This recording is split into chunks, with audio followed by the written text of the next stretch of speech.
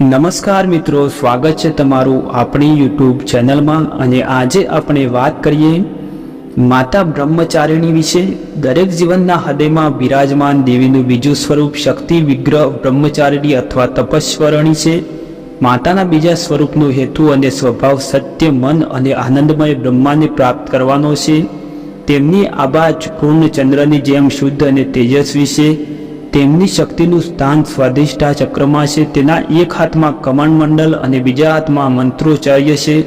નવરાત્રિના બીજા દિવસે ભક્તો માતાની આ મૂર્તિની પૂજા, પ્રાર્થના અને પૂજા કરે છે। માતા દેવી ભક્તોને તેમના દરેક કાર્યમાં સફળતા આપે છે। તેમના ઉપાસકો ક્યારેય સાચા માર્ગથી ભટકતા નથી। માતાએ ભગવાન શિવને આ સ્વરૂપમાં પ્રાપ્ત કરવા માટે કઠોર તપસ્યા કરી હતી, જેના કારણે તેમનું શરીર ઘણી વખત નિર્બળ થઈ ગયું હતું। તે સમયે માતા મીનાએ તેની હાલત જોઈને ઓમ નો કહીને તેને તપસ્યાથી દૂર કરવાનો પ્રયાસ કર્યો। આ કારણથી તેનું નામ ઉમા રાખવામાં આવ્યું।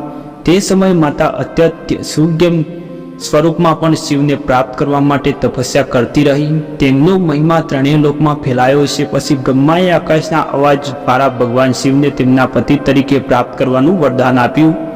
માતાના આ સ્વરૂપની પૂજા કરવાથી ભક્તોને લાંબુ આયુષ્ય અને ઈચ્છિત ફળ પ્રાપ્ત થાય છે। કેવી રીતે ખુશ કરવું? માતાની હિબસ્કી અને કમળના ફૂલો ગમે છે।